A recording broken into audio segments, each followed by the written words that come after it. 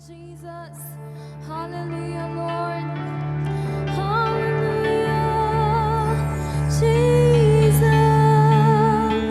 We welcome you here this place.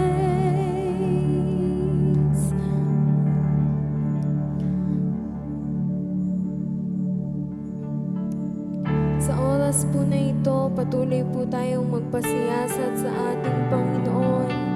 A pure heart, a heart that hides His word.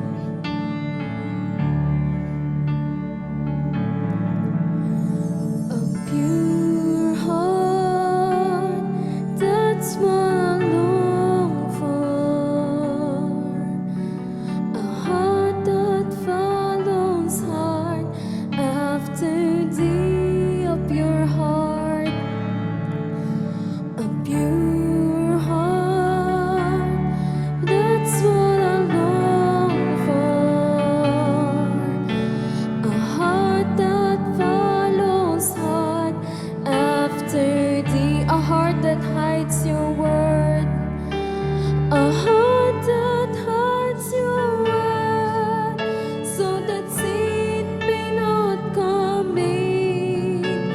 A heart that's undivided for the one who rules and reigns. A heart that beats compassion, that pleases you, my Lord. A sweet aroma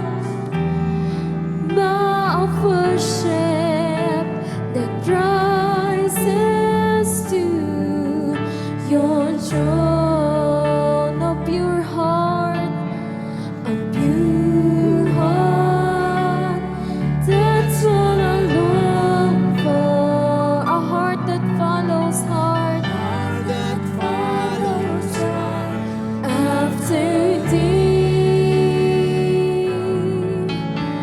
A pure heart, that's what I long for. A heart that follows hard, a heart that follows hard after thee. A heart that hides your word, a heart that hides your word, so that sin may not come in. A heart that's undivided for the one who rules and reigns. A heart that beats compassion, that pleases you, my Lord. A sweet aroma of worship that rises to your throne. A heart that follows hard, a heart that follows, so that sin may not come in. A heart that's undivided for the one who rules and reigns. A heart that beats compassion, that pleases you, my Lord. A sweet aroma of worship that rises to your throne. A sweet aroma of worship, a sweet aroma of worship that rises to your throne.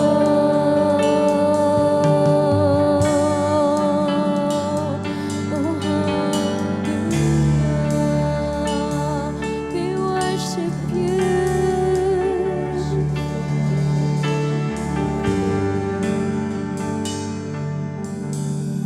Hallelujah, Lord.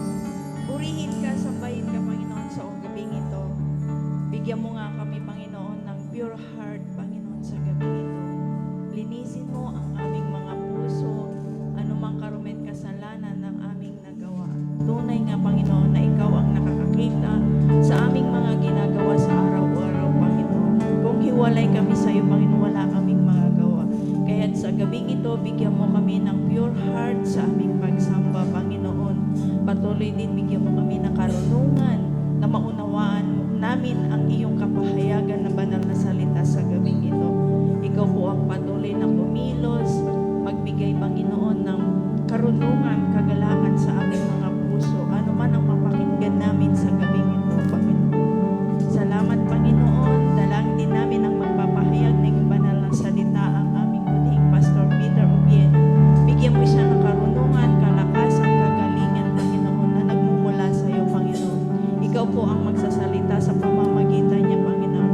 itago mo sa iyong krus, Panginoon, sa gabing ito, Panginoon, ng aming pastor.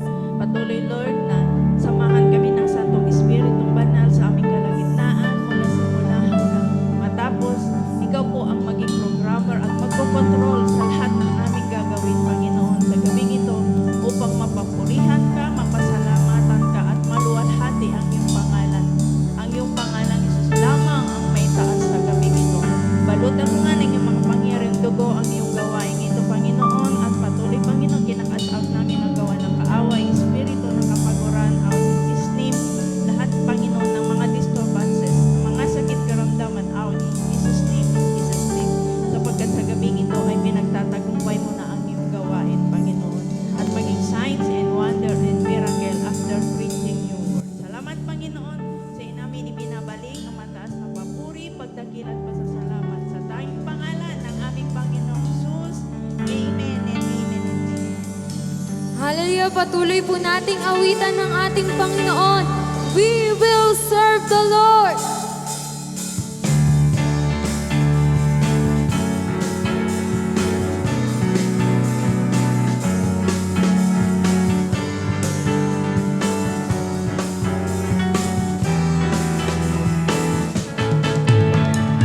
We will serve the Lord, even when trials come, for none can separate us from the love of God.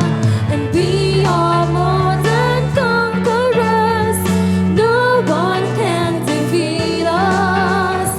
We are the chosen generation.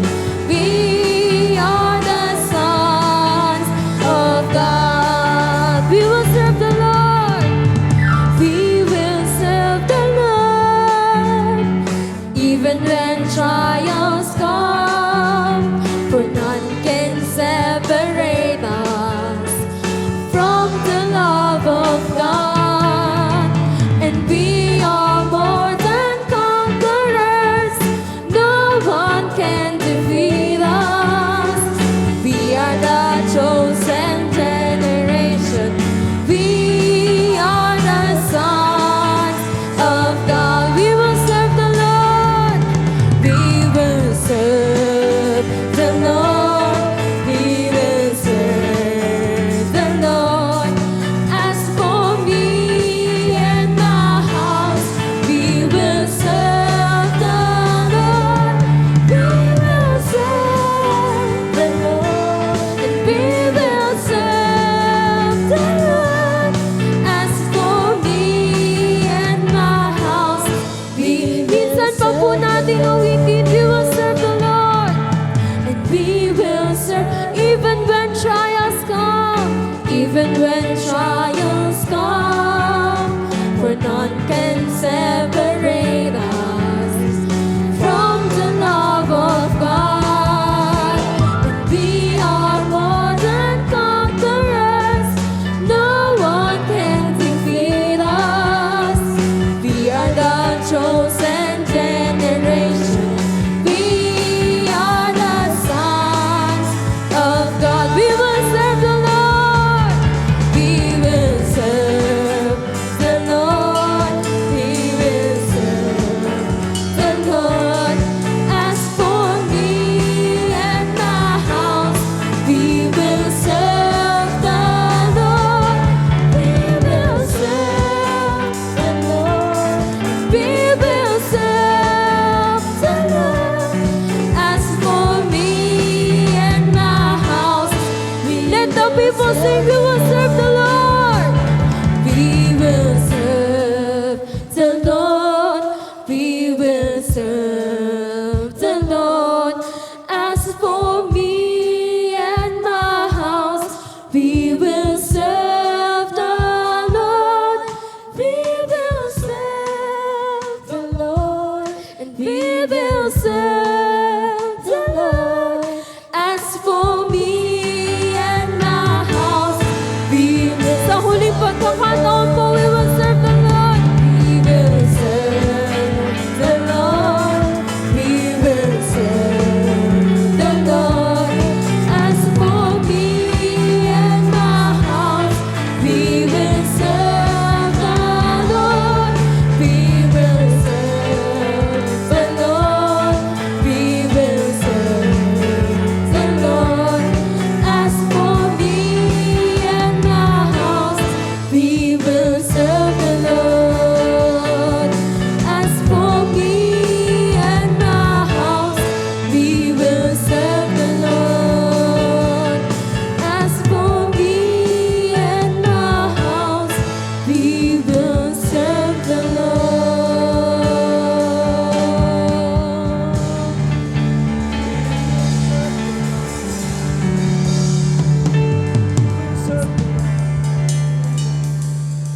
Sabi po sa Acts chapter 2 verse 47, nagpupuri sila sa Diyos at kinalugdan sila lahat ng tao.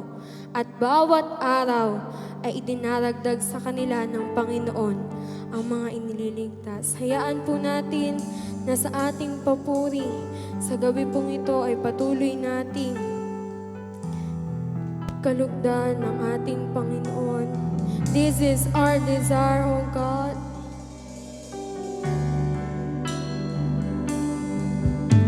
And this is my desire to honor you, Lord, with all my heart, and Lord, with all my heart, I worship you. All I have within me, and all I have within me, I give you praise. All that I adore, all that I adore is in you.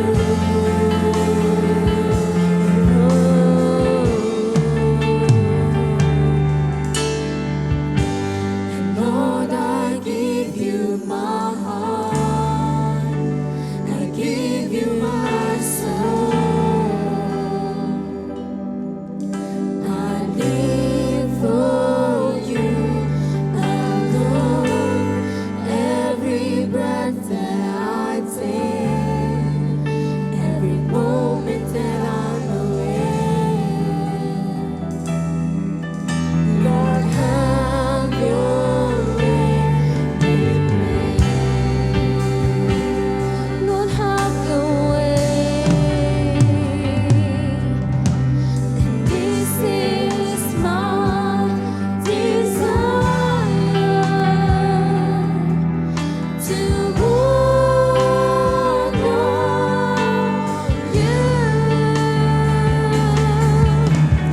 Lord, with all my heart, I worship you.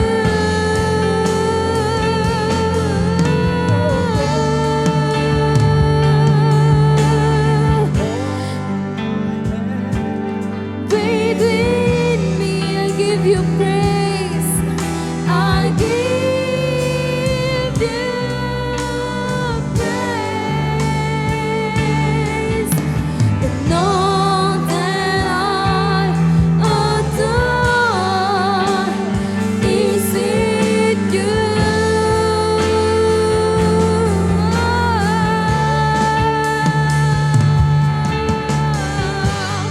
Lord, I give you my heart, I give you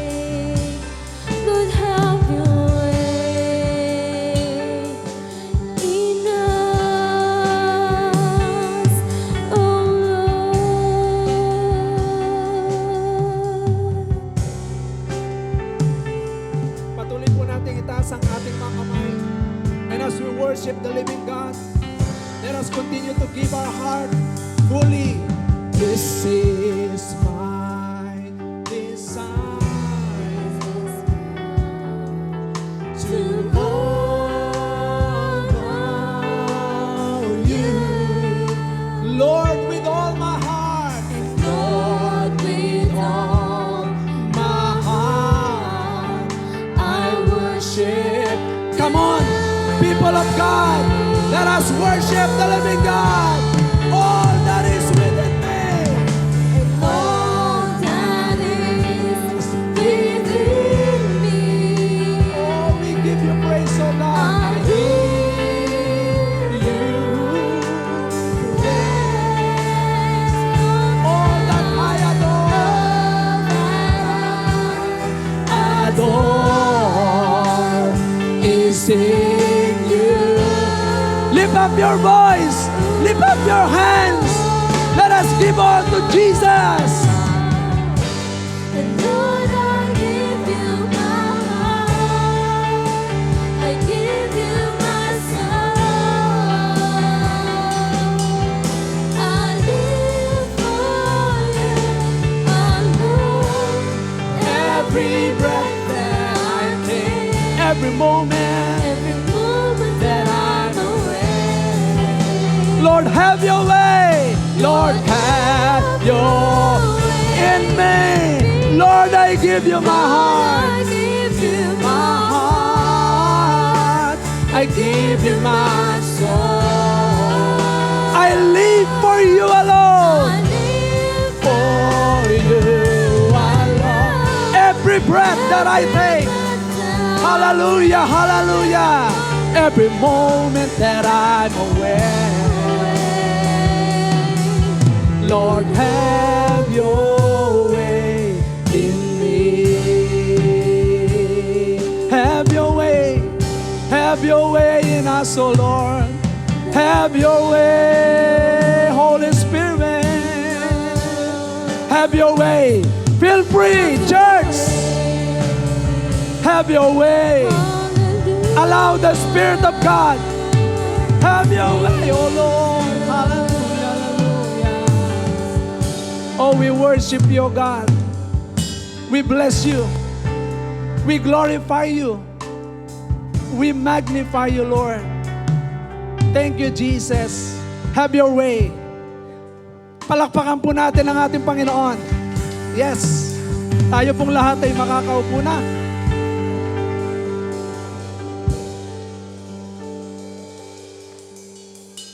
Isa pong mapagpalang gabi sa ating lahat. Sa gabi pong ito ay patuloy po nating ipagpatuloy yung ating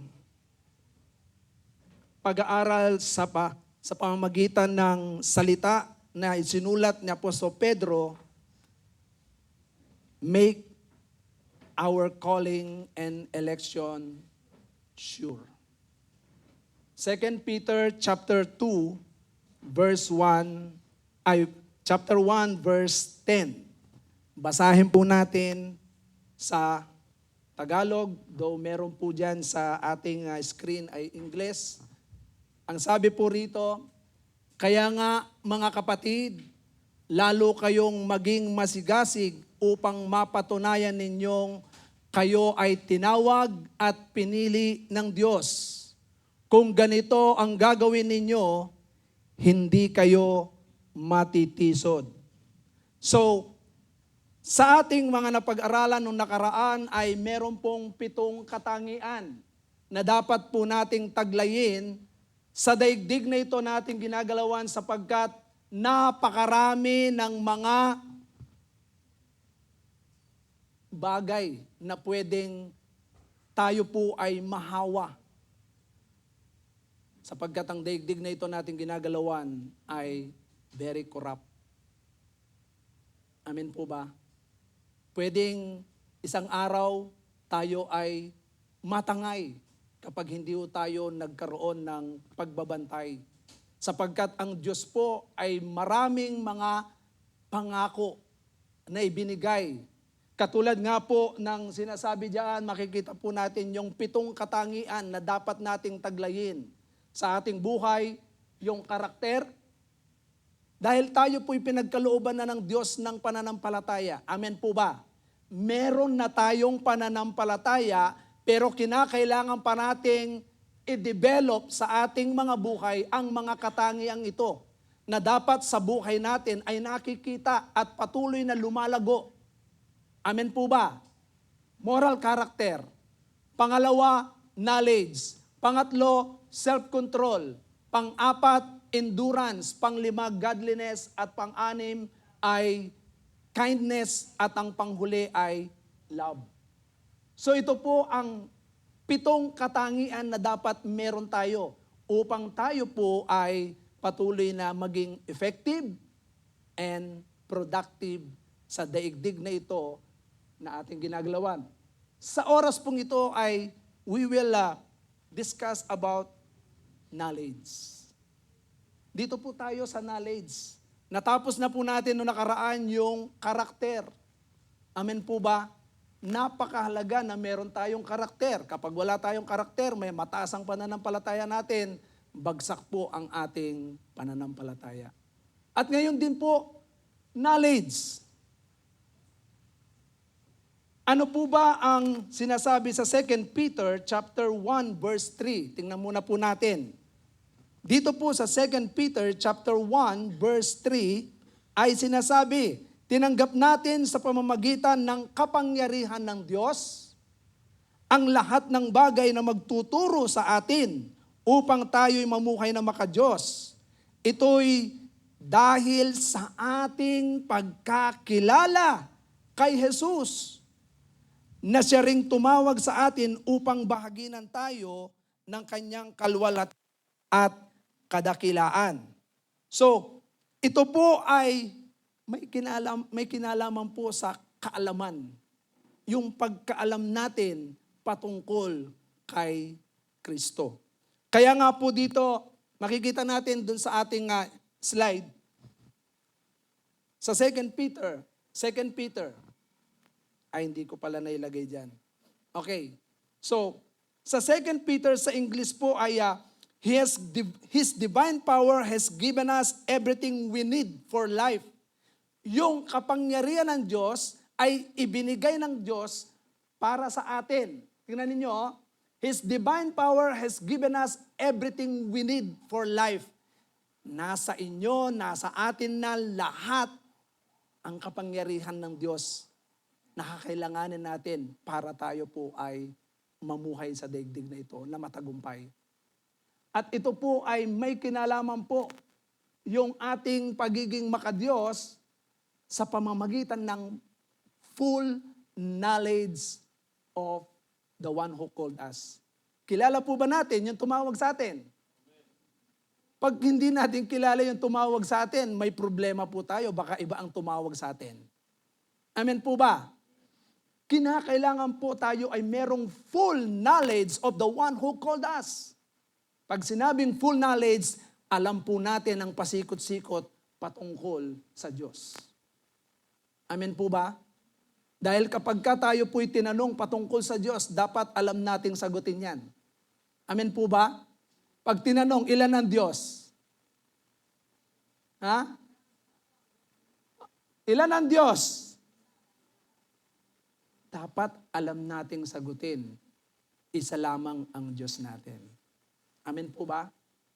We have one God. We have one Lord.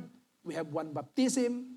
Yan po ang nakasulat sa Ephesians chapter 4, verse 6. Isang bautismo. Ngayon, tingnan po natin. The word knowledge. Okay, knowledge. Knowledge.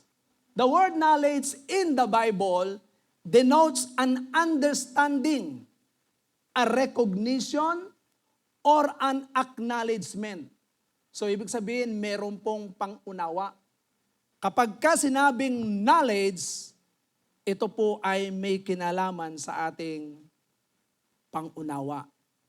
We recognize, nare-recognize natin, and we acknowledge. Kaya nga dito yung root word na know. To know something is to perceive it or to be aware of it. Ibig sabihin, aware tayo sa Diyos na tumawag sa atin. Many times in Scripture, knowledge carries the idea of a deeper appreciation of something or a relationship with someone. Malalim po ito.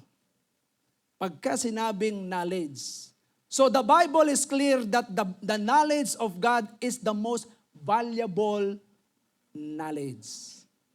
Napakahalagang knowledge. Hindi po yung knowledge na napag-aralan po natin sa school. Nakatapos ka ng mga degree. Natapos mo ang ilang mga kurso. At hindi lamang 5 kurso yata. Marami ka pang mga masteral na kinuha para i-master mo yung iyong pinag-aralan. Pero ang pinaka-valuable knowledge is the knowledge of God.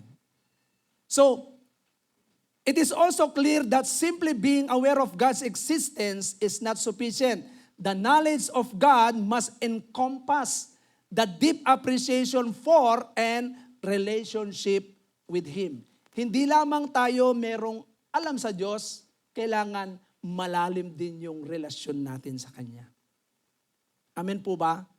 The more we know Him, the more the deeper relationship we have sa Kanya. Kaya nga po yung mga mas lalong nakikilala nila ang Diyos, nalalaman nila ang Diyos, mas lalong nagiging matimbang yung relasyon. Kaya nga tingnan ninyo, sa mga mag-boyfriend, girlfriend, di ba habang nakikilala mo yan, the more na minamahal mo yan. May nagre-react ka. The more na nakikilala mo, alam niyo sa totoo lang, ang totoong relationship is yung nakikilala mo siya. Maraming merong relationship pero hindi nila kilala yung karelasyon nila. Kaya nabubulaga sila. Bah! So doon pa lang, dahil hindi nila kilalang maigi, walang malalim na relasyon. Ang totoong malalim na relasyon is you know Him more. You know her more. Amen po ba? Oo. Bakit pagkarelasyon, maraming nag-aamin, ano? Okay. Marami yatang mga nakaka-relate sa relasyon. So, totoo po ito. Kapag lalo nating nakikilala yung ating karelasyon, lalo ho natin siyang minamahal. Amen po ba? Paano pag nalaman mo? Hindi mo pala alam, ang dami palang pangit. Pangit na bagay sa kanya. Doon nga lalabas yung sa mag-asawa yan o sa mga magkarelasyon. The more na nakikilala mo siya, nalaman mo pangit yung mga ibang ugali, mamahalin mo siya. Di ba? Kaya nga sabi nga, for better or for worse, till death do us part. Di ba?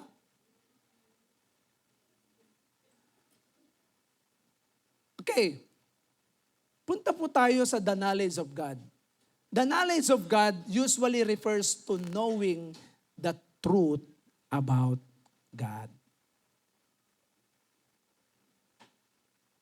Malaman po natin yung katotohanan patungkol sa ating Panginoon. Tandaan po natin, ang daming mga tao ayaw nilang makinig ng salita ng Diyos.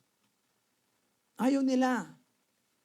Alam niyo po ba na kapag ang tao hindi nakinig ng salita ng Diyos, walang tunay na pananampalataya yan. Sabi ng Romans 10:17, sa pakikinig ng salita ng Diyos, doon nagsisimula ang pananampalataya. Kaya ang isang tao na kung saan siya ay merong pakikinig, pag-aaral, at talagang inaalam niya ang katotohanan, doon po makikilala mo kung sino ang totoong Diyos. Kaya yung mga taong walang salita ng Diyos, hindi nakinig, wala pong totoong pananampalataya. Kaya nga, maliwanag ang Scripture. Ngayon, the knowledge of God starts with God. Ang pagkaalam sa Diyos, tandaan po ninyo, ang Panginoon, sa Kanya nagsimula. Proverbs 2 verse 6, ano pong sabi diyan? For the Lord gives wisdom, and from His mouth come knowledge and understanding. Mga kapatid, sa pamamagitan nga, sabi ko nga sa inyo, sa salita ng Panginoon, nagmula ang knowledge of God. Kaya nga, yung pagkaalam sa Diyos, ang taong ayaw makinig ng salita ng Diyos, mababaw ang kanyang pagkakilala sa Diyos. Nakakalungkot, maraming mga Kristiyano, akala mo alam na ang lahat ng salita ng Diyos. Oh. Kaya nga sa bawat isa po sa atin, we need to know Him more sa pamamagitan ng Scripture. Hindi natin pwedeng sabihin na, ay, alam ko na yan. No. Tandaan po ninyo, araw-araw, continuous yan. Hindi po pwedeng titigil tayo sa pag-aaral. Kapag ka tumigil ka sa pag-aaral about the truth, ang salita ng Panginoon, kasi nagmumula sa Kanya sabi ng Bible Nagmumula sa Kanya. Kaya nga kapag ka nalaman natin ang salita ng Diyos, doon tayo lalong kumikilala sa Kanya. Kaya nga doon nagkakaroon tayo ng napakataas na paggalang. Kaya tingnan nyo, sa Proverbs 1 verse 7, the fear of the Lord is the beginning of knowledge. Amen? Narinig natin ang salita ng Diyos dahil ang Diyos ay makapangyarihan, ang Diyos ay banal, ang Diyos ay matuwid. Talagang ang Diyos ay nasa langit at tayo ay nandito sa lupa. Kumbaga, ang lupa ay tungtungan lamang ng Diyos, ng kanyang mga paa.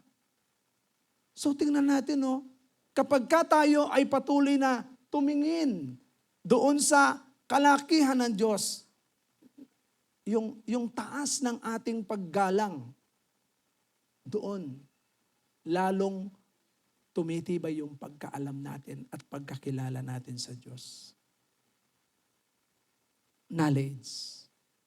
Tingnan po ninyo, the fear of the Lord is the beginning of knowledge. Pag walang paggalang ang tao sa Diyos, sa kanyang salita, hindi mo ginagalang ang salita ng Diyos, binabastos mo yan, nag-aaral ng salita ng Diyos, tapos lakad ka ng lakad, lalo na sa church, binabaliwala mo yung pakikinig, hindi mo pinakikinggan, maigi. Ano yun? Kawalan ng paggalang sa Diyos yun. Ibig sabihin niyan, dapat mataas ang respect, lalong-lalo na kapag ka yung salita ng Diyos. Kaya be careful. Maging aware tayo pagdating dito. Sapagkat hindi natin lubos na makikilala ang Diyos kapag ka napakababaw ng ating paggalang sa Diyos. Amen? Tingnan po ninyo. He revealed Himself to humanity in many ways. Ang sabi ng Isaiah 33 verse 6. So sinasabi ng Isaiah 33 verse 6, sabi rito, siya ang magpapatatag sa bansa, inililigtas niya ang kanyang bayan at binibigyan ng karunungan at kaalaman ang pangunahing yaman nila. Si Yahweh sundin at igalang. Sa lumang tipan, nagpakilala ang Diyos sa lahat ng tao sa iba't ibang pamamaraan. Amen po ba? Sa panahon ni Sa panahon ni Noah, ano ang ginawa ng Diyos? Nagpakilala siya sa pamamagitan ng He is a just God.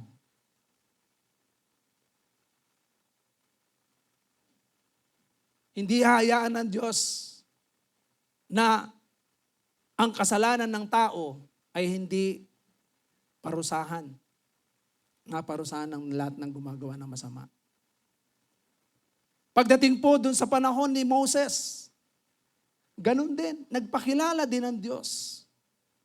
He is Almighty God. Siya yung Diyos na kapag tumawag ka sa Kanya, tutugon siya at siya ang sasaklolo sa atin. Kaya nga dito makikita natin ang daming pamamaraan na kung saan ang Panginoon ay nagpakilala. Sa panahon natin, sa paanong pamamaraan nagpakilala ang Diyos sa atin? Paano natin nakilala ang Diyos? Iba't ibang pamamaraan. Merong nakakilala sa pamamagitan ng pag-awit. Merong nakakilala sa pamamagitan ng pananalangin. Merong nakakilala sa pamamagitan ng panaginip. Merong nakakilala sa pamamagitan ng pangangaral ng salita ng Diyos. Maraming pamamaraan, He revealed Himself. He revealed Himself through His creation. Sa Romans chapter 19 verse 1 and 2, ano po ang sinasabi diyan?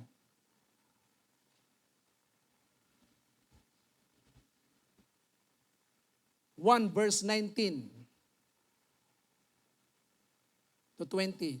Sapagkat ang maaring malaman tungkol sa Diyos ay maliwanag dahil iyon ay ipinapahayag sa kanila ng Diyos. Mula pa nang likain ng Diyos ang sanlibutan, ang kanyang likas na hindi nakikita, ang kanyang kapangyarihang walang hanggan at ang kanyang pagka-Diyos ay maliwanag na inihahayag ng kanyang mga ginawa. Kaya't wala na silang may dadahilan pa. Tingnan ninyo. Maliwanag po ba? Tingnan po ninyo yung sinasabi rito. Through His creation, He revealed Himself. Meron pa bang maidadahilan na sasabihin nila, walang Diyos?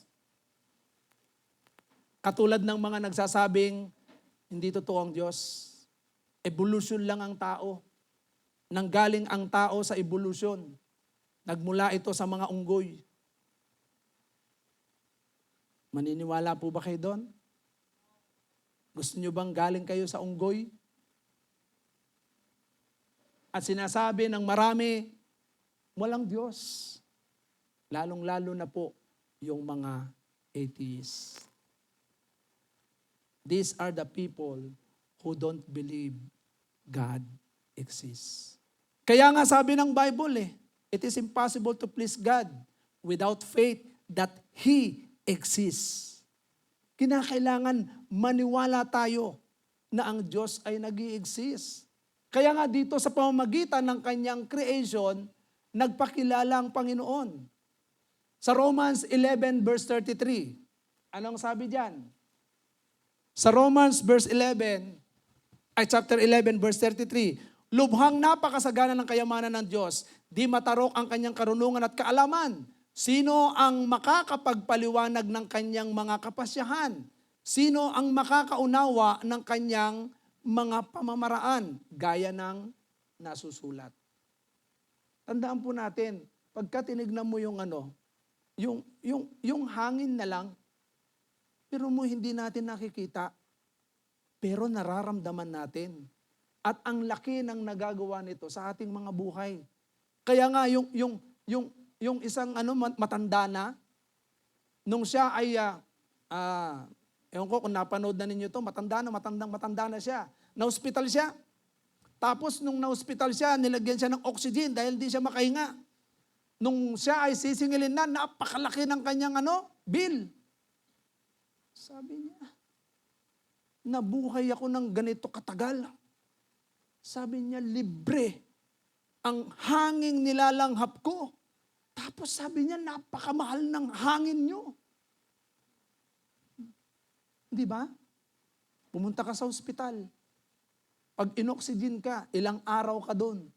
Tapos, ang libo-libong, daang libo kapag ikaw ay na ospital. Kaya nga nakita niya doon, salamat sa Diyos sa libreng hangin. Kaya dito makikita natin, He revealed Himself doon sa kanyang mga creation. Kaya nga, lahat ng mga nasa paligid natin na nakikita natin, pagka nakita ho natin yan, let us appreciate God. Amen? Sino rito ang mga nature lover? Sino rito ang mga animal lover? Ha? Sino ang people lover? Lahat yan, creation ng Diyos yan. Amen po ba? Kapag hindi ka nagmahal sa kapwa, patay ka dyan. Sinungaling ka, sabi ng Bible. Amen? So, He revealed Himself through, advance ka na.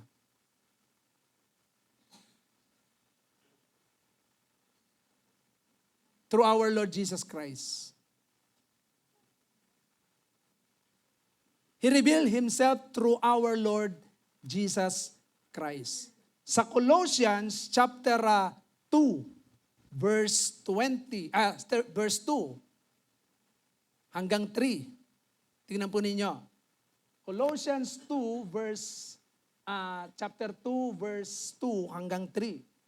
Ginagawa ko ito upang palakasin ang kanilang loob at upang mabuklod sila sa pag-ibig. Sa gayon, mararanasan nila ang ganap na pagpapala ng tunay na pagkaunawa at kaalaman patungkol sa hiwaga ng Diyos na walang iba kundi si Kristo. Without knowing Christ, hindi mo makikita ang hiwaga ng Diyos.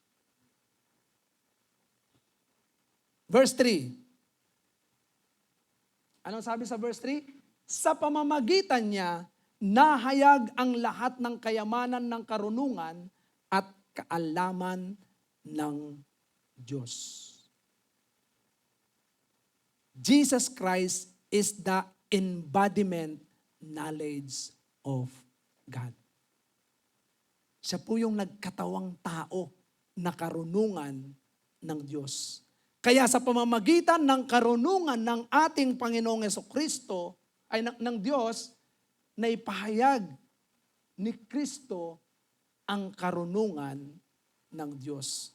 Kaya nga, sa pamamagitan ni Christ. Di ba sinasabi niya sa mga alagad niya, Panginoon, pakita niyo nga sa amin ang Ama. Sabi ng Panginoon, Tomas, tila ba yata hindi mo pa ako nakikilala? Sabi niya, matagal mo na akong kasama, hindi mo pa rin kilala ang Diyos. Ang nakakakita sa akin ay nakakita na sa Ama. So ibig sabihin, Christ revealed the Father. Kaya nga maliwanag po ito na may mga nagsasabi na hindi si Kristo Diyos. Paano yung sinabi ni Christ? Ang nakakita sa akin ay nakakita na sa Ama. So ibig sabihin, kung ano ang anak, ganun din ang Ama. Kaya nga, maliwanag sa banal na kasulatan kapag alam po natin, kilala natin si Kristo, we know God. Kilala natin ang Diyos. Maliwanag po yan. Hindi po natin ito pakikipagdebatihan sa iba. At ito ang ating paniniwala. Sa pamamagitan ni Kristo, nahayag ang lahat ng karunungan ng Diyos. Balikan natin yung kanina, yung Tagalog. Doon sa verse 2. Para maging maliwanag po sa atin. Tingnan po ninyo. Ginagawa ko ito upang palakasin ang kanilang loob at upang mabuklod sila sa pag-ibig. Sa gayon, mararanasan nila ang ganap na pagpapala ng tunay na pagkaunawa. Tunay na pagkaunawa, ha? At kaalaman patungkol sa hiwaga ng Diyos na walang iba kundi si Kristo. Kaya nga ang nakakakilala kay Kristo ay merong tunay na pagkaunawa patungkol sa Diyos. Pero ang taong hindi kumikilala kay Kristo, walang tunay na pagkaalam o pagkakilala sa tunay na Diyos. Amen po ba? Palakpakan po natin ang ating Panginoon. Kaya sa buhay po natin, wag po kayong malilihis, ha? Na kapag sinasabi nilang si Kristo ay tao lang, wag kayong maniniwala. Nakasulat naman, si Kristo ay Diyos na nagkatawang tao. At nasa Kanya ang lahat ng kaalaman patungkol sa Diyos. Amen po ba? Okay. Human knowledge, walang saysay po ito. Kapag tayo po ay nanangan lamang sa sarili nating karunungan. Amen po ba? Di ba? Maliwanag ang sinasabi ng Scripture. Sa 1 Corinthians 13 verse 2, kung ako man ay may kakayahang magpahayag ng salita ng Diyos at umunawa sa lahat ng hiwaga, kung mayroon man ako ng lahat ng kaalaman at ng malaking pananampalataya na anupat nakakapagpalipat ako ng mga bundok. Ngunit kung wala naman akong pag-ibig, wala akong kabuluhan. Mga kapatid, marunong man tayo sa lahat ng bagay. Kapag hindi mo kilala ang Diyos, that God is love, walang silbi ang pananampalataya. Amen po ba? Maraming tao, feeling mataas ang pananampalataya, pero yung pag-ibig, wala. Mga kapatid, mahalaga na meron tayong pagkaalam patungkol sa Diyos. God is love. So kapag pag-ibig ang Diyos, kilala mo ang Diyos that He is love, magmahal ka. 1 Corinthians chapter 8, verse 1. Tungkol naman sa mga pagkaing inihandog sa mga Diyos-Diyosan, alam nating may kaalaman tayong lahat. Ang kaalaman ay nagtutulak sa tao na maging mapagmataas, subalit ang pag-ibig ay nakapagpapatatag. Mga kapatid, minsan yung sobrang maraming alam, mayabang. Kaya nga, ang isang tao na nagmamarunong, naggagaling-galingan, pag walang pag-ibig sa puso, wala po yan. Sabi ng Biblia, yung knowledge of man is flaws.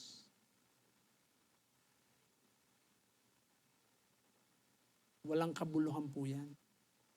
Kaya nga yung boasting, yung pagmamalaki, nagkaroon ka lang ng konting alam, parang alam mo na lahat.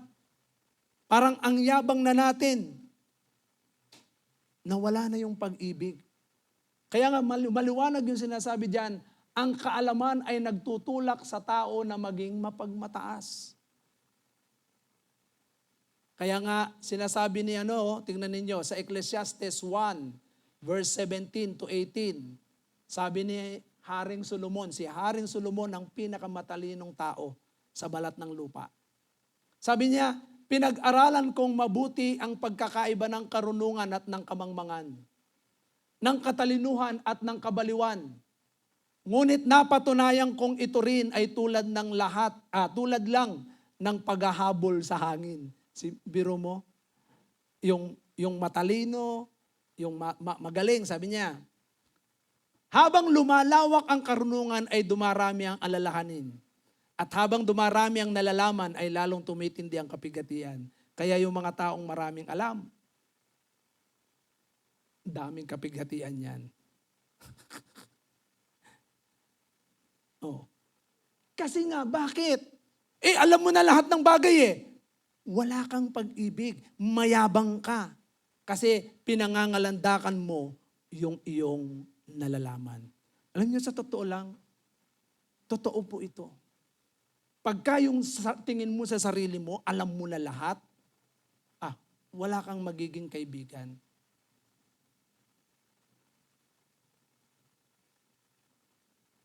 Lahat alam mo na Sasabihin pa lang nila, ganito. Alam ko na yan! Alam mo na pala Sa totoo lang, meron akong kilalang ganito. Totoo yung sinabi niya, punong-puno ng kapigatian. Punong-puno ng kabalisahan. Gusto niyo po bang mabalisa? Pag nanangang kayo sa sariling karunungan. Amen po ba? Sabi ng Bible, lean not with your own understanding. Di ba? Sa Proverbs 3, verse 6. Di ba? Proverbs chapter 3, verse 6. Kayawi ka magtiwala, buong puso at lubusan at huwag kang mananangan sa sariling karunungan. Yung sariling karunungan ng tao, wala yan. Pag nanangan ng tao sa kanyang sariling karunungan, bagsak yan. 1 Timothy chapter 6 verse 20 to 21. Timoteo, pakaingatan mo ang ipinagkatiwala sa iyo. Iwasan mo ang mga usapang walang kabuluhan at ang baluktot na pangangatwiran. Dahil sa kanilang pagmamarunong may mga taong nalihis sa pananampalataya, pagpalain nawa kayo ng Diyos. So very clear po yan. Pagka maraming mga nagmamarunong, parang ang tingin nila alam na nila lahat, at wala silang sa salita ng Panginoon, yung pagkakilala sa salita ng Diyos, alam niyo po ba na nalilihis ang kanilang pananampalataya? Meron po akong napanood. Hindi na po ako magsasabi ng pangalan at tiyak, alam kong napanood na rin nito. Dahil sa kanilang sobrang karunungan, dumating na sa punto na siya na ang Diyos. At dahil siya na ang Diyos, kinakailangan ialay mo pati yung buhay mo sa Kanya. Grabe. Nakakatakot. Daming sinirang kabataan dahil sa kanilang pagmamarunong, lihis ang pananampalataya. Biro mo yun? Pinagtitinda yung mga bata, pag hindi sila nakakota, papaluin ng 10 beses. Tapos hindi pa sila nagiging kalugod-lugod sa Diyos. Pagka magaling kang magtinda, ililipat ka sa Manila dahil mas malaki ang kita. Grabe naman yun. Ginawa mong trafficking, human trafficking ang mga bata. Halos puro mga bata. Kaya pala noon nakikita ko yung mga estudyante na nagpapanggap silang estudyante na kung saan iba-iba yung kanilang mga yung kanilang merong shepherd. Pero hindi yung the good shepherd sa sa Baguio. Iba-iba yung mga pito yata yung ginagamit nilang pangalan. Yung Psalms of David. Yan, sa kanila yan. So, ito yung mga ginagamit nila. Tapos, kailangan pang, kailangan mong ialay yung sarili mo. At huwag kang magsasalita ng kahit anuman. Kahit anong gawin niya. Lalo na yung mga babae, kawawa yung mga babae, mga kabataan. Yan po yung pag yung pagmamarunong, akala mo, alam mo na lahat. Biro mo, ginawa mo ng Diyos yung sarili mo.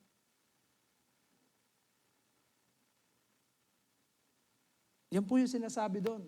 Tingnan ninyo, dahil sa kanilang pagmamarunong, may mga taong nalihis sa pananampalataya.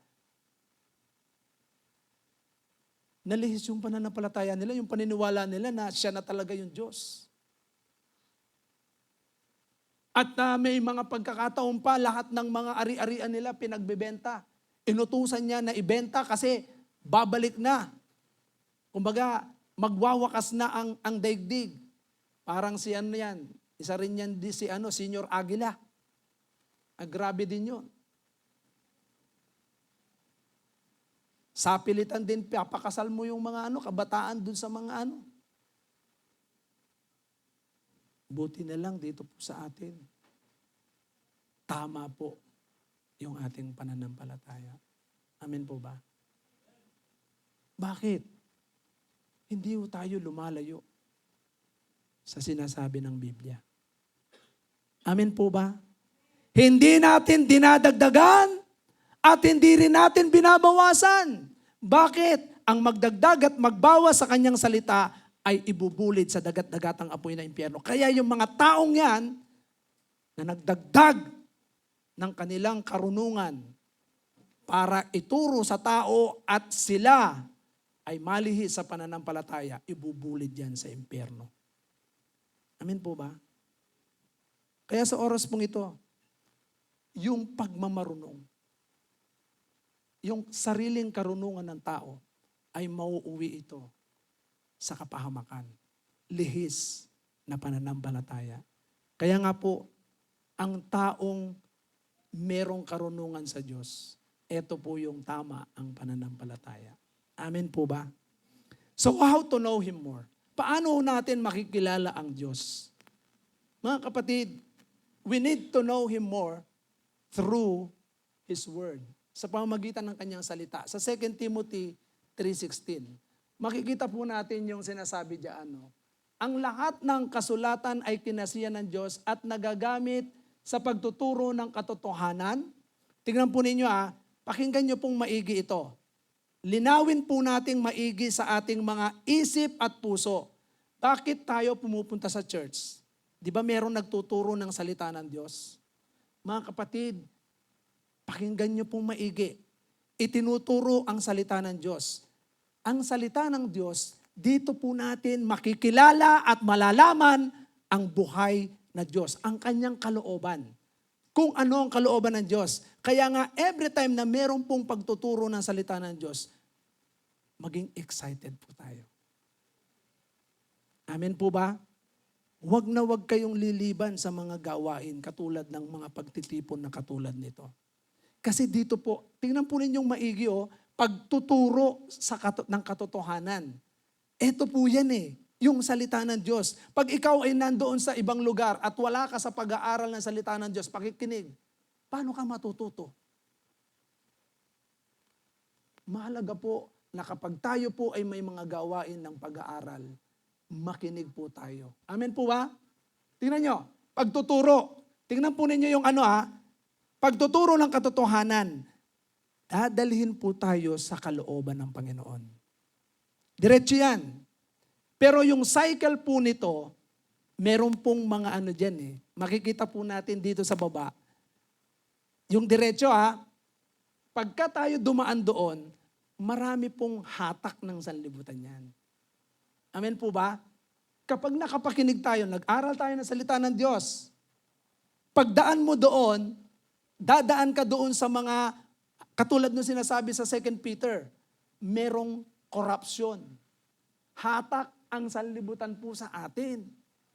Kaya kung wala tayo dito, pag wala tayo dito, sa pagtuturo ng katotohanan, hindi tayo nakikinig ng salita ng Panginoon, hindi tayo nag-aaral ng salita ng Panginoon, pwedeng bumagsak tayo, paglaglakad tayo, pababa tayo. Ngayon, sa pagtatama ng maling katuruan, katulad nung binanggit ko kanina, paano maitatama yung mga maling katuruan na yan kung wala tayong salita ng Diyos? Amen po ba? Amen po ba? Kaya nga, yung sinasabi ko nung nakaraan, mali ba ang maglingkod sa Panginoon? Hello? Joshua chapter 24 verse 15. Mali ba ang maglingkod sa Panginoon? Tingnan po ninyo, sabi ni Joshua, at kung ayaw ninyong maglingkod kay Yahweh, pumili kayo ngayon kung sino ang inyong paglilingkuran. Ang mga Diyos na pinaglilingkuran ng inyong mga ninuno sa Mesopotamia o ang mga Diyos ng mga Amoreo na sinasamba dito sa lupaing inyong tinitirhan. Ngunit para sa akin at sa aking sambahayan, kay Yahweh kami maglilingkod. So ibig sabihin, yung paglilingkod sa Panginoon, masama po ba? Meron pong 4 na gusto kong malaman po natin. Tandaan po natin, the moment, the fact na ikaw ay kumilala kay Kristo, kailangan naglilingkod ka. Why? Because choose to serve the Lord, kaya nga sabi niya, at kung ayaw ninyong maglingkod, pero sa ibang salin mali ba ang maglingkod sa Diyos? Sabi diyan. Tignan ninyo, una, sabi po rito, Luke chapter 4 verse 8, it is written. It is written to serve the Lord. Tingnan po ninyo, kung tayo ay naglilingkod sa Panginoon, nakasulat yan. Pero sumagot si Jesus, sinabi sa kasulatan. Sabi niya, sinasabi sa kasulatan, it is written. Sambahin mo ang Panginoon mong Diyos at siya lang ang dapat mong paglingkuran. Nakasulat po ba? Kaya yung ayaw maglingkod, hindi nyo alam ang scripture. Tandaan ninyo, sinasabi ng pastor, maglingkod tayo sa Diyos. Pag ayaw mong maglingkod, hindi mo alam ang nakasulat. It is written in the Old Testament and New Testament. Sinabi ni Christ. Pangalawa, Christ set an example. Nagbigay ng example si Christ.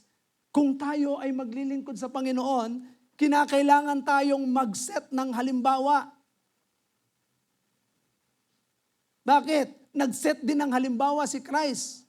Sa Matthew 28 verse 20. 20 verse 28. Matthew 28 verse 28. Maging ako na anak ng tao ay naparito sa mundo, hindi upang paglingkuran, kundi upang maglingkod at magbigay ng aking buhay para maligtas ang maraming tao. Tignan po ninyo. Si Christ na po yan. Si Kristo na yan. Siya mismo ang nagsabi, dali lang, huwag kayong magmadali. Hindi ko pa sinabi. Doon muna tayo. Sa Matthew 20 verse 28. Maging ako na anak ng tao ay naparito sa mundo hindi upang paglingkuran, kundi upang maglingkod at magbigay ng aking buhay. Christ set an example. Pangatlo, He first loved us.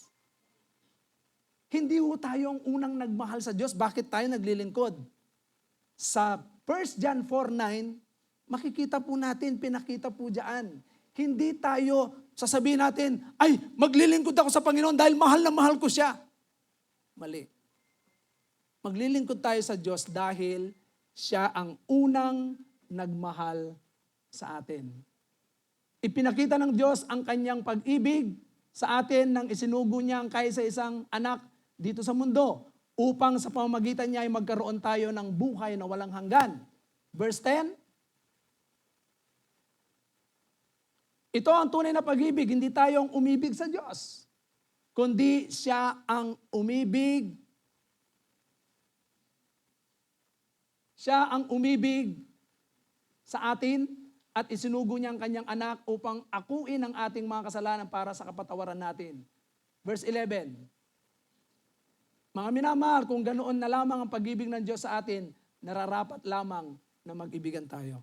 So ibig sabihin, we choose to serve God because He first loved us. And lastly, we choose to serve God because God wants us to demonstrate His power. Amen? Yung ginawa ng Diyos sa atin, paano tayo binago ng Diyos? Paano tayo nagkaroon ng bagong buhay? And that is the miracle of God. Nung tayo ay magkaroon ng salvation, na-convert tayo sa ating pananampalataya, we will demonstrate God's power. Kaya nga Acts 1:8, we will receive power. Luke 10:19, I have given you authority to trample down snakes and scorpions and all the powers of the enemy. Nothing can harm you. Merong kapangyarihan. At yung mga ginagawa ng Panginoon sa atin, as we testify, araw-araw, yung mga kamanghamangang ginawa ng Diyos sa atin, yung pagliligtas niya sa atin araw-araw, yung pagbibigay niya sa atin ng mga pangangailangan natin, yung pagpapagaling ng Diyos sa atin. Yan po, minsan alam niyo po ba, merong mga maling katuruan sa isipan natin. Balik tayo dun sa 2 Timothy, chapter 3, verse 16. Pagtutuwid sa maling katuruan. Pagtatama. Mga kapatid, may mga bagay sa isipan ng tao na tingin natin, tama.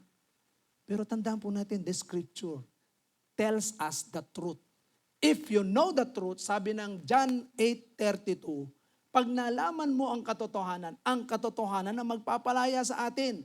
Tandaan natin, without the truth, without the scripture, hindi ka makakalaya doon sa maling kaisipan na yon. Sa maling kaisipan. Pero ang taong lumaya na dahil may scripture, malaya yan. Lahat ng gagawin niya ay tama. Kasi pagtatama sa maling katuruan. Okay, balik tayo doon. Sa 2 Timothy 3:16. Ang sabi doon, pagtutuwid sa likong gawain. Tandaan natin, ang daming likong gawain ng tao. Liko-liko. Hindi tayo marunong lumakad ng diretso. Para tayong lasing. Apre. Lumiliko-liko. Mga kapatid, ang scripture, yan ang magtutuwid ng ating landas. Amen po ba? If you want to know Him more, we need the scripture. Kasi itutuwid niya yung landas natin eh. Tingnan niyo, imbis na lumigo ka sa kaliwa, ay sa kaliwa, no? Saan ba ako? Kaliwa, sa kanan, diretso ka lang. Kasi alam mo yung scripture. Lastly, pagsasanay para sa matuwid na pamumuhay. Yan po ang pagkatawag ng Diyos sa atin. Amen po ba? Yung tayo ay maging matuwid sa harapan niya at sa harapan ng maraming tao. Kapag meron tayong salita ng Panginoon, tingnan ninyo, pag ang tao wala siyang desire sa salita ng Panginoon, tandaan ninyo, liku-liku ang gawa niyan. Sa bahay, iba ugali niyan. Pag nasa labas yan, nagwawala yan. Pag nasa loob ng church, okay, behave. Pag nasa labas yan, dahil walang salita ng Panginoon na nagtutuwid, nagtatama, nagtuturo, magulo buhay. Magulo buhay niyan. 100% po yan. Kaya nga, if you want to know Him more, Scripture, the Word of God. Amen? Through His Word. Number 2, to know Him more is through His people. Romans 15, verse 4. Sa Romans chapter 15, verse 4, sino ba ang people of God? Yung mga anak ng Diyos. Ano mang naisulat noon ay isinulat para sa ating katututo. Yan ba yung nakalagay doon? Romans 15 verse 4. Yan, through His people. Okay. Upang sa pamamagitan ng pagtitiis at sa pagpapalakasan ng loob mula sa kasulatan, magkaroon tayo ng pag-asa. Every individual. Dahil nagpapalakasan tayo ng loob sa pamamagitan ng Scripture. Amen? Nakita ninyo yung yung pagkakaugnay. Di ba? Tandaan ninyo, kapag ang pinag-uusapan ng bawat believer, puro marites, hindi mo yan lalakas. Manghihina yan. Aayaw yan na maglingkod sa Diyos, hindi yan magtatagal. At gagawa pa yan ng mga kaguluhan. Tandaan ninyo, ito po, salita ng Panginoon, kapag pinag-uusapan ng mga believer, nagpapalakasan sa isa't isa, tiyak, yung impact, ang lakas po ng impact po natin sa iba. Amen? Kasi lumalakas eh. Pagka pinag-usapan, sa totoo lang, alam po ninyo, nung binata po ako, grabe, kaming mga magkakasama, wala kaming ibang pinag-usapan kundi yung mga kamanghamanghang gawa ng Panginoon sa pamamagitan ng salita ng Diyos. Pagka nagkita-kita kami, wala kaming ginawa kundi magpuri, talagang tuloy-tuloy yun. Tuloy-tuloy, tapos magbabasa ng Biblia. Kaya pagka nandun na kami sa labas, talagang yung impact ng Panginoon, grabe. Parang yung nasa Bible yan, araw-araw, maraming kumikilala sa Panginoon. Daming kabataan kaya na sumusunod sa lingunan, iba't ibang mga lugar. Lahat ng pinupuntahan naming mga barangay, lahat ng mga kabataan, talagang mga bakla, sumasama, nabuborn again sila. Iba-ibang mga tao. Kaya kapag yung salita ng Panginoon ang pinag-uusapan, pag-iba po tayo ng Pag nakita-kita po tayo, pag-usapan natin, Scripture. Amen po ba? Amen po ba? Huwag na nating pag-uusapan yung iba. Pag-usapan natin ang salita ng Panginoon upang magkaroon tayo ng pag-asa. Amen po ba? Pangatlo, we can know Him more through the Holy Spirit. Tandaan po ninyo, sa John 14 verse 26, ano ang sinasabi ng 14 verse 26? Ngunit ang tagapagtanggol, ang Espiritu Santo na isusugo ng Ama sa pangalan ko, ang siyang magtuturo sa inyo ng lahat ng bagay at magpapaalala ng lahat ng sinabi ko sa inyo. Tingnan ninyo, sino ang magpapakilala? Di ba? Ang banal na Espiritu Santo. Kaya nga kapag tayo ay very sensitive sa moving ng Holy Spirit, makikilala mo lalo ang Diyos. Kaya nga yung pinapatnubayan ng Espiritu Santo, ito yung mga tunay na anak ng Diyos. Amen po ba? Sabi ng Romans chapter 8, hindi tayo namumuhay sa gawa ng laman, kundi namumuhay tayo sa udyok ng banal na Espiritu Santo. Kaya through the Holy Spirit, we can know Him more. Kaya nga, walk in the Spirit, mga kapatid. Hindi yung sa laman.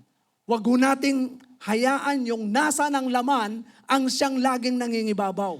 Kundi yung Espiritu Santo, Lord, kalooban mo po ba ito? Alam nyo, kapag nakipag-usap ka sa Espiritu ng Diyos, ang Holy Spirit, laging nandyan. Lagi siyang kumikilos, i-guide niya tayo, tuturuan niya tayo. Sasabihin niya kung ano yung kalooban ng Panginoon. Lord, kalooban mo ba na hindi ako naglilingkod? Sasabihin ng Holy Spirit, anak, nakasulat eh. Anak, naglingkod ako nung nandito ako sa lupa. Anak, mahal kita. Anak, pinatawad kita. Anak, kailangan mong ipakita na ikaw ay naligtas. Papaalala ng Holy Spirit yun. Kaya nga doon makikita natin, walang magiging puwang para tayo ay maging tamad.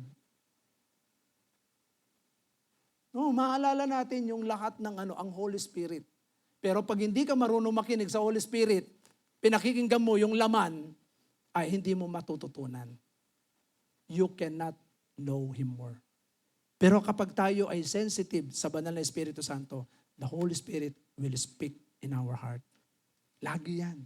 Lagi siyang mangungusap sa pamamagitan ng ating mga spirito. Yung puso natin. May conviction yan. Pang-apat, through His Son, Jesus Christ. Colossians 1:15. Sa pamamagitan ng banal na Espiritu Santo at ang ating Panginoong Jesucristo, verse 1. Chapter 1, verse 15. Colossians chapter 1, verse 15. Si Kristo ang larawan ng Diyos na di nakikita, siya ang panganay na anak at pangunahin sa lahat ng nilikha. So kapag tayo po ay lalong lumalalim sa pagkakilala kay Kristo sa pamamagitan ng kanyang salita. Tingnan po ninyo yung pagkakaugnay-ugnay po niyan. Ang banal na Espiritu Santo, ang Scripture, ang mga taong kumilala sa Panginoon, nagpapalakasan niya dahil hindi mo naman napapakinggan ng di ba? Ang boses ng Diyos kinakailangan merong magsalita na tao. Amen po ba? Na pinapatnubayan ng Espiritu ng Diyos. At tayo rin, kakausapin din tayo ng Espiritu ng Diyos. Kaya doon, sa pamamagitan ni Kristo, makikilala natin ng lubos ang Diyos sa buhay natin. Kapag nakilala natin ng lubos ang Diyos, hindi ka patitisod. Amen po ba? For Christian, tingnan po natin, sa mga Kristiyano, for the Christian, knowledge implies a relationship. Tandaan po natin katulad na sinabi ko kanina, di ba? Yung knowledge, meron pong kinalaman ito sa relasyon. Kaya nga dito, meron pong dalawang relasyon na kung saan pinapatungkulan ang knowledge of God. So dito, una yung physical relationship. Sa Genesis chapter 4 verse 1 na binanggit po diyan ni Adan. Sabi niya, sinipingan ni Adan ang kanyang asawa at ito'y nagdalang tao. Nang isilang ang kanyang panganay na lalaki ay sinabi ni Eva, nagkaroon ako ng anak na lalaki sa tulong ni Yahweh, kaya Cain ang ipinangalan niya rito. So tingnan ninyo, yung relationship ni Adan kay Eva. So dahil doon, sa relationship na yon, si Eva at yung kanyang anak ay merong tinatawag na pagkaalam. Alam niya, nalaman niya na sila ay may relasyon. Amen po ba? Kaya nagkaroon ng bunga yung kanilang pagsasama. Ganon din sa ating spiritual na relasyon sa Diyos. Kapag ikaw alam mong meron kang relasyon sa Diyos, kinakailangan din nating malaman ito.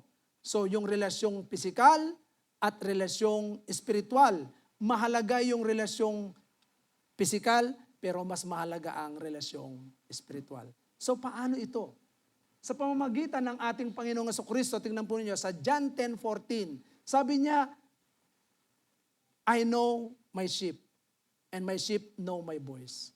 So tingnan niyo, John 10:14, ako ang mabuting pastol, kung paanong kilala ako ng Ama at siya'y kilala ko, gayon din naman kilala ko ang aking mga tupa at ako nama'y kilala nila at iniaalay ko ang aking buhay para sa aking mga tupa.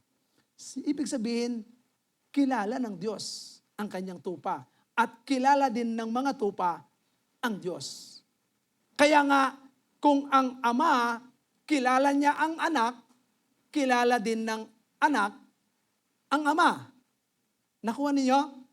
They know each other, katulad nung physical, relationship. So, ganun din tayo. Yung spiritual relationship, kilala din natin ang Diyos. Alam natin ang boses ng Diyos. Amen po ba? Baka mamaya, hindi nyo alam ang boses ng Diyos. Sabihin sa inyo, magnakaw ka. Oy, kinausap ako ng Diyos, magnakaw daw ako. Hindi ho sa Diyos yun. Hindi sa Diyos yun.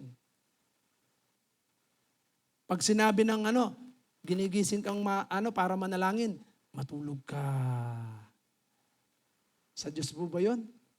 Matulog ka. Mahimbing ka, wag kang manalangin. Dapat alam natin yung boses. Sa 14 verse 7, ano po yung sinasabi? John 14 verse 7, kung ako'y kilala ninyo, kilala na rin ninyo ang aking Ama. Mula ngayon ay kilala na ninyo siya at inyo nang nakita. So we know God. So yung relationship malalim. Dahil kilala natin. John 8:32, if you know the truth will set us free. Ibig sabihin, kapag nakilala natin ang Diyos, tiyak tayo po ay palalayain ng Diyos. Dati tayo po ay mga alipin. Dati tayo ay kaaway ng Diyos. Dati tayo ay mga makasalanan. Pero dahil tayo nga po ay nagkaroon ng tamang unawa, pagkaalam sa Diyos, nakalaya na po tayo doon. Amen po ba? Kaya nga, malinaw ang scripture. Kapag kilala mo ang Diyos, hindi tayo maliligaw. 1 Corinthians 8 verse 3. Ngunit kilala ng Diyos ang sinumang umiibig sa Kanya. Tingnan niyo yung relationship, ha? Yung relationship natin. Alam ng Diyos kung sino yung totoong umiibig sa Kanya. Amen po ba? Tingnan niyo ngayon katabi niyo kung totoong umiibig kay Christ. Ayan. Baka iba iniibig. Ayan. Galatians chapter 4 verse 9. Ano sabi sa Galatians chapter 4 verse 9? Ngunit ngayong nakikilala na ninyo ang Diyos, sabi niya, ngunit ngayong nakikilala na ninyo ang Diyos, o mas tamang sabihin, ngayong nakikilala na kayo ng Diyos, bakit kayo bumabalik sa mga tuntuning walang bisa at walang halaga? Bakit gusto na naman ninyong paalipin sa mga iyon? Tingnan ninyo. Ano ba ang tama? Nakikilala natin ang Diyos o nakikilala tayo ng Diyos? Parehas lang tama. Pero ang mali, yung bumabalik tayo doon sa dati nating buhay. Kaya doon mahalaga po yun. Nakikilala tayo ng Diyos, nakikilala natin ang Diyos. 2 Timothy chapter 2 verse 19. Ngunit matibay ang pundasyong itinatag ng Diyos at dooy nakatatak. Nakikilala ng Panginoon kung sino-sino ang tunay na Kanya. At ang bawat nagsasabing siya'y sa Panginoon ay dapat, Dapat lumayo sa kasamaan. Pag alam mong masama ito, huwag mong gawin. Iyan po yung ibig sabihin ng spiritual relationship. Nakikilala ng Diyos kung sino yung Kanya, yung tunay na Kanya. Kaya bawat isa po sa atin dito sa loob na ito, kilala ng Diyos kung tayo nga ay tunay na Kanya. Yan po ang relationship natin sa Diyos. Amen po ba? Ako hindi ko po alam kung sino ang tunay na Kanya. Bakit? Hindi ko naman saliksik ang mga puso natin. Pero ang Diyos, He knows, He searches the deepest thoughts of our heart. Alam niya. Kilala niyo po ba ang Diyos? Yun yung tanong. Pag kilala niyo ang Diyos, kilala rin tayo ng Diyos.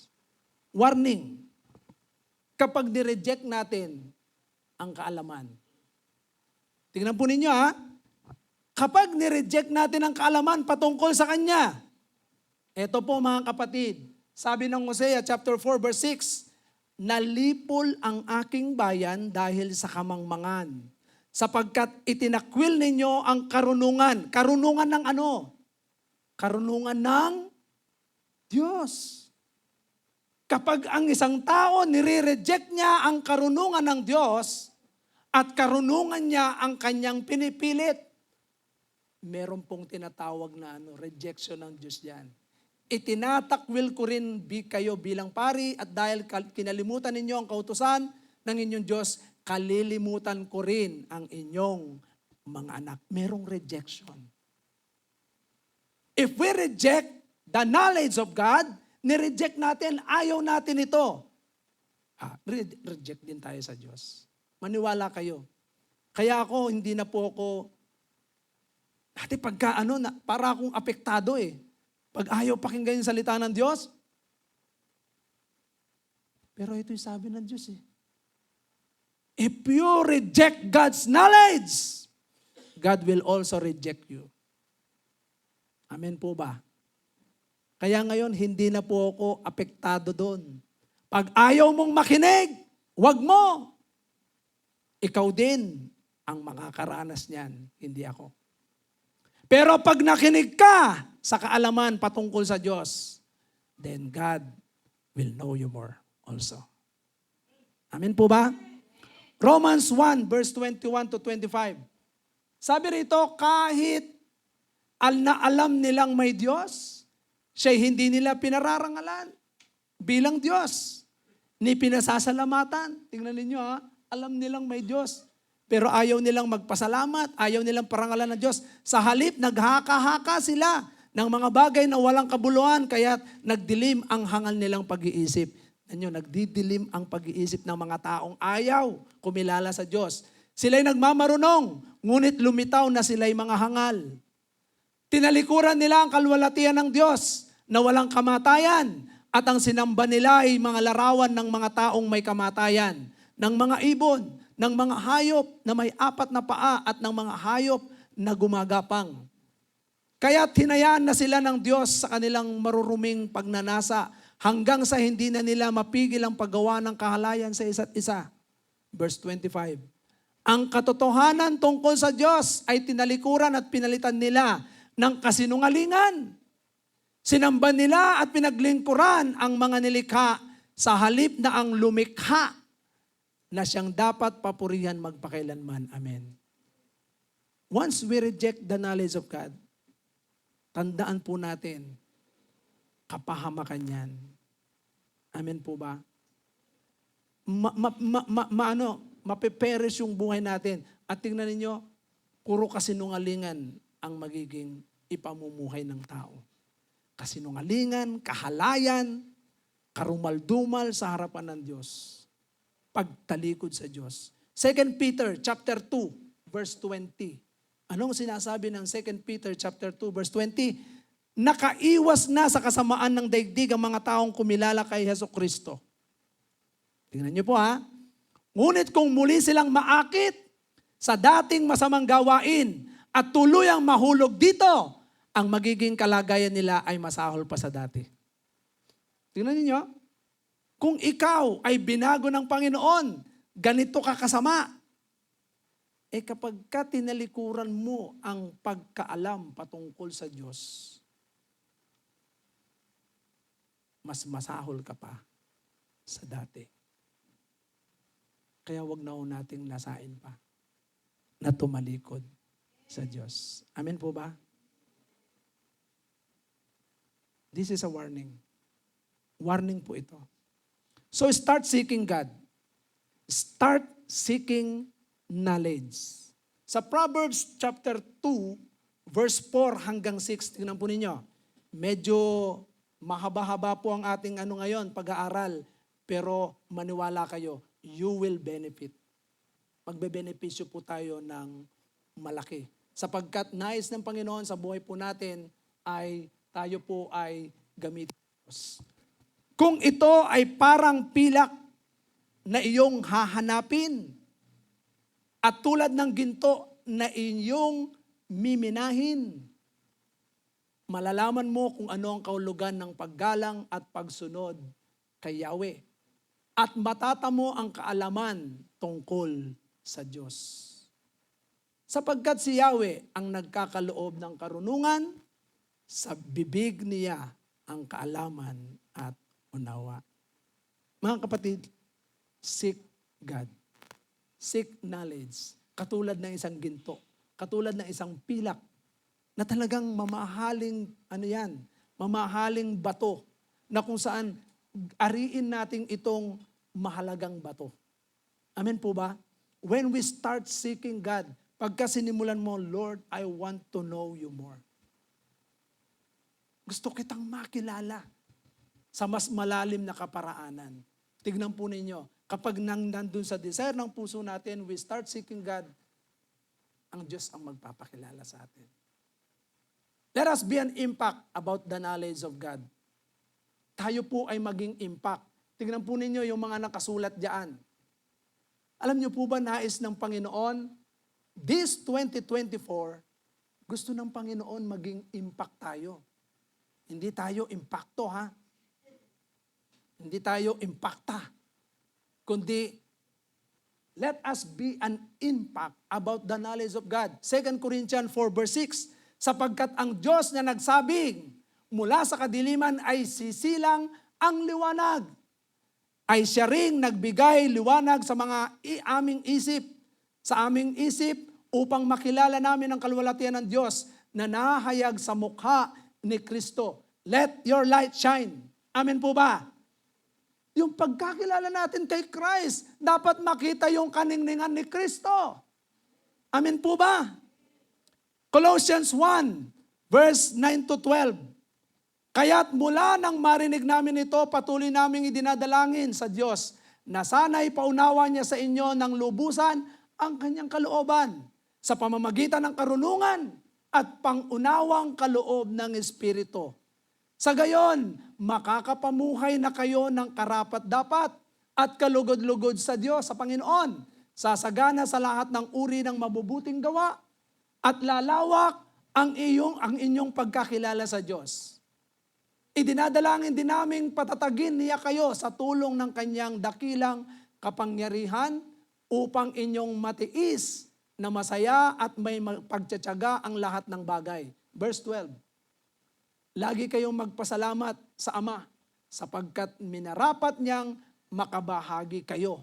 Mga kapatid, ito yung pangako.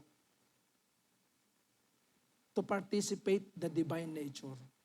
Makabahagi kayo sa mga pangako ng Diyos para sa mga hinirang na nasa liwanag. Amen po ba? Palakpakan naman natin ang Panginoon.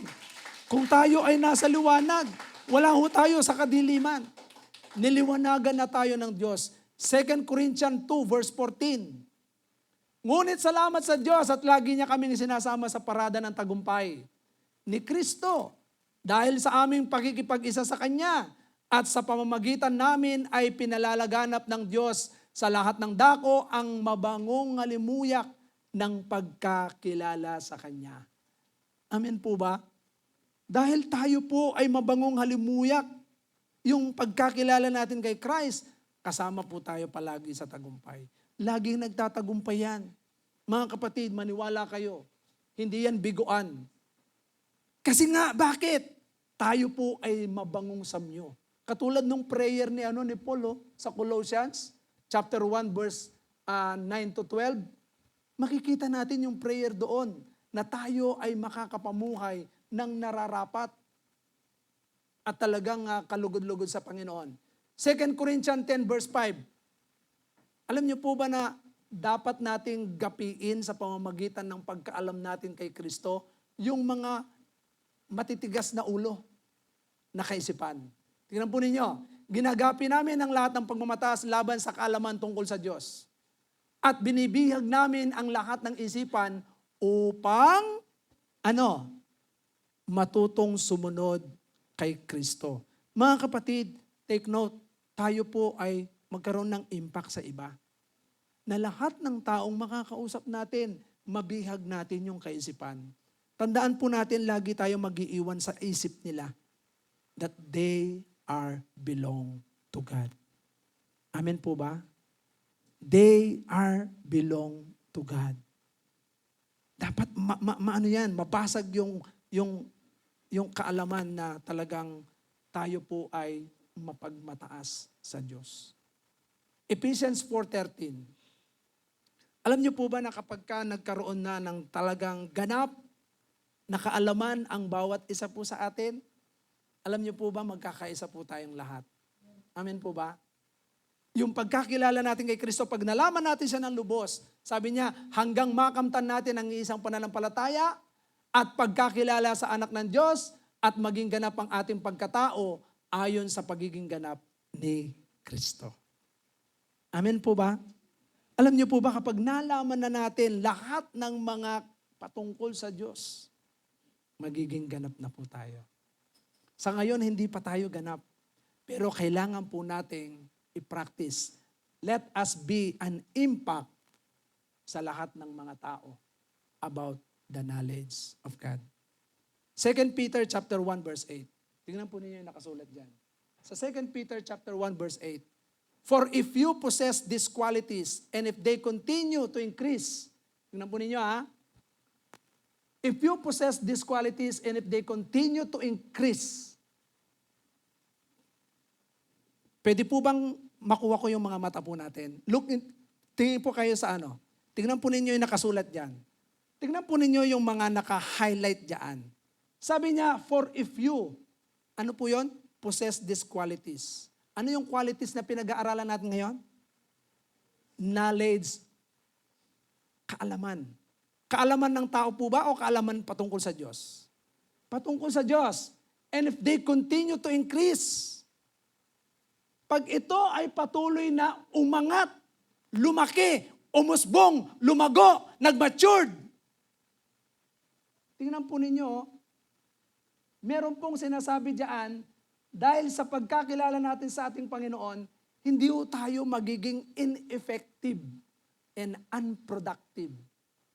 Sabi niya, among you, if they continue to increase among you, they will keep you from being ineffective and unproductive.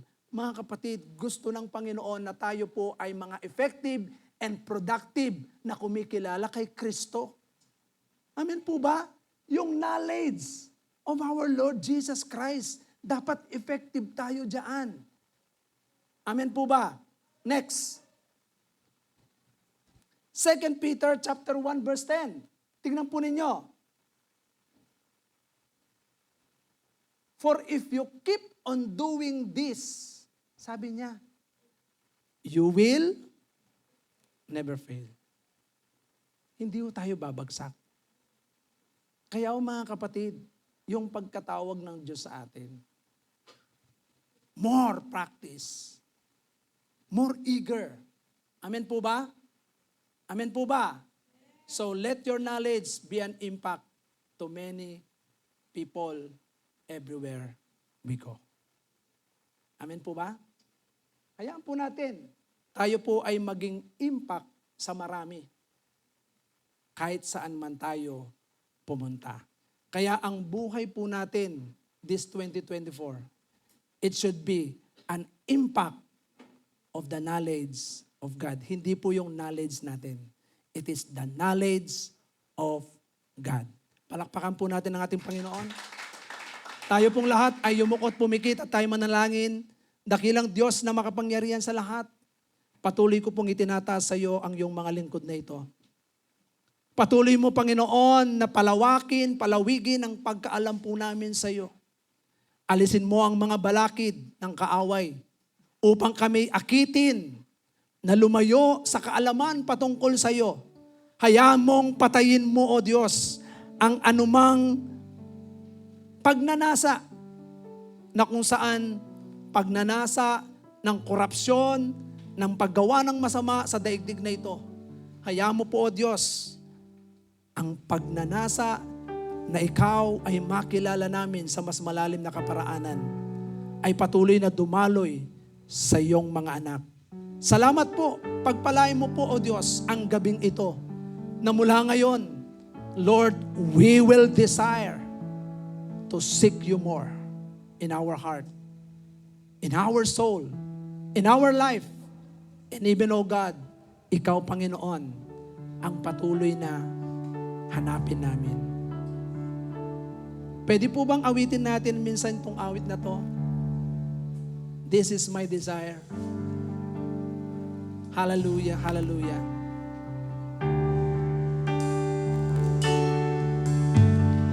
This is my desire to honor you,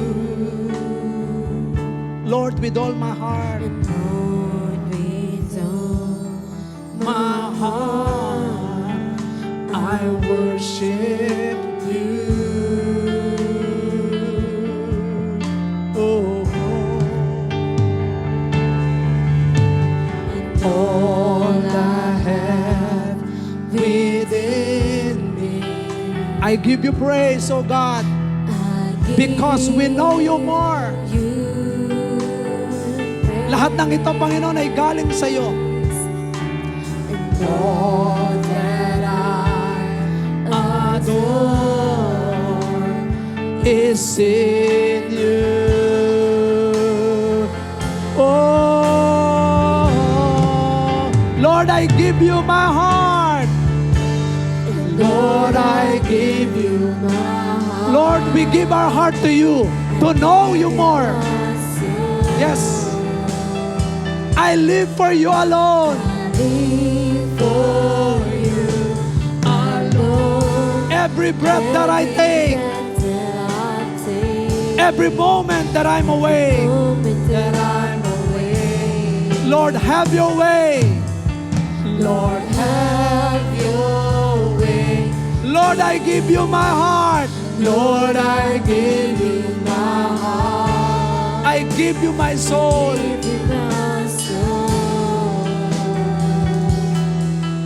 I live for you alone.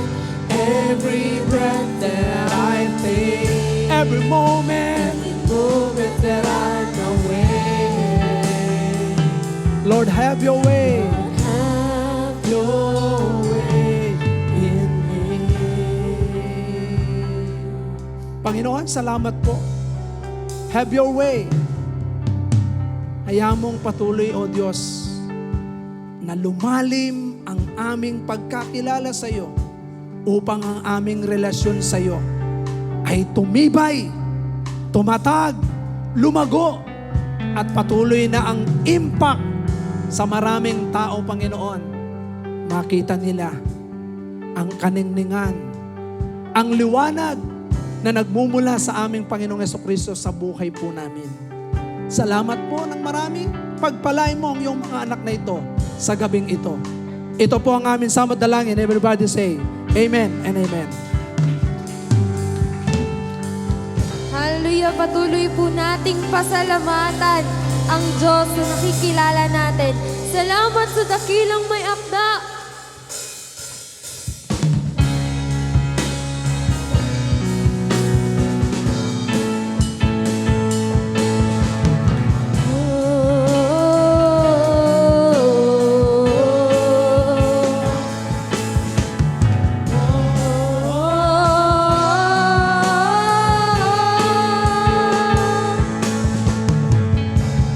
Ikaw ang may lalang ng langit at lupa. Buhay namin binigyan ng kulay. Puso at isipan ay nagbago. Biyaya at pag-asa ay natamo.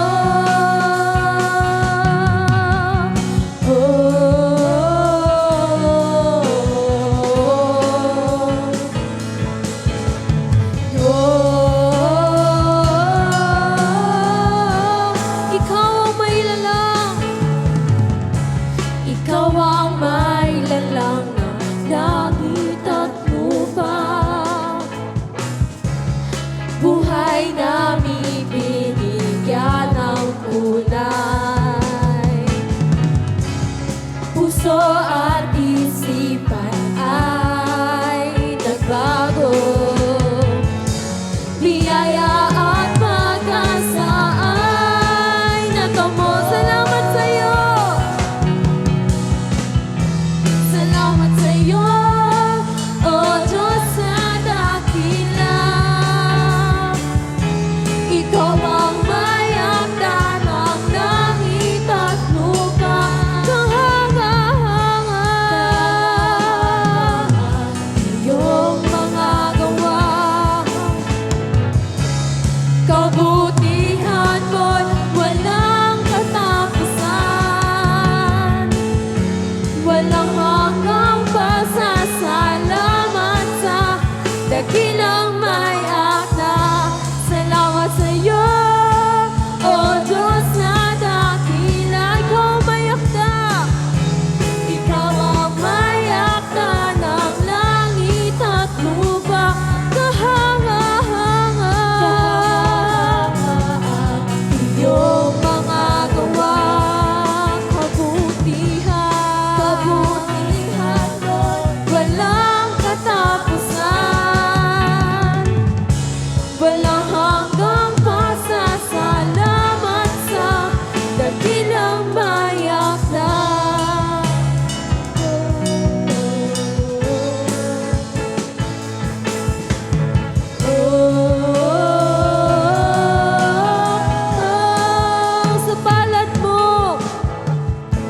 Sa palad mo, ngalan namin nakaukit sa bisig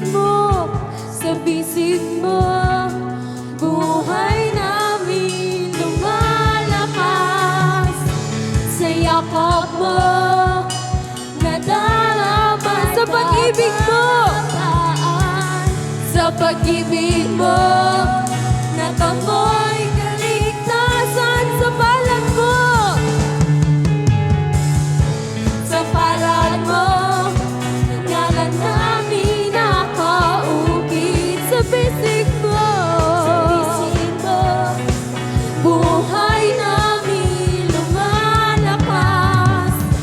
Sa yakap mo, nagdamay kapayapaan.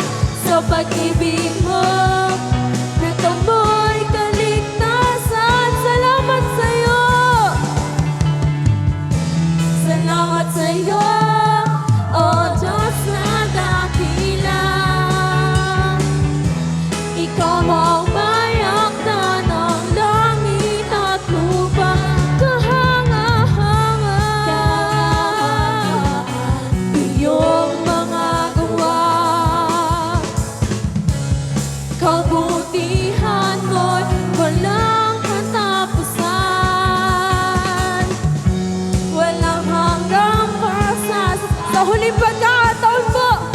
lagi nang may akda. Salamat sa'yo, O Diyos na dakila. Ikaw ang may akda ng langit at lupa, kahanga-hanga. Iyong nagawa, kabutihan mo'y walang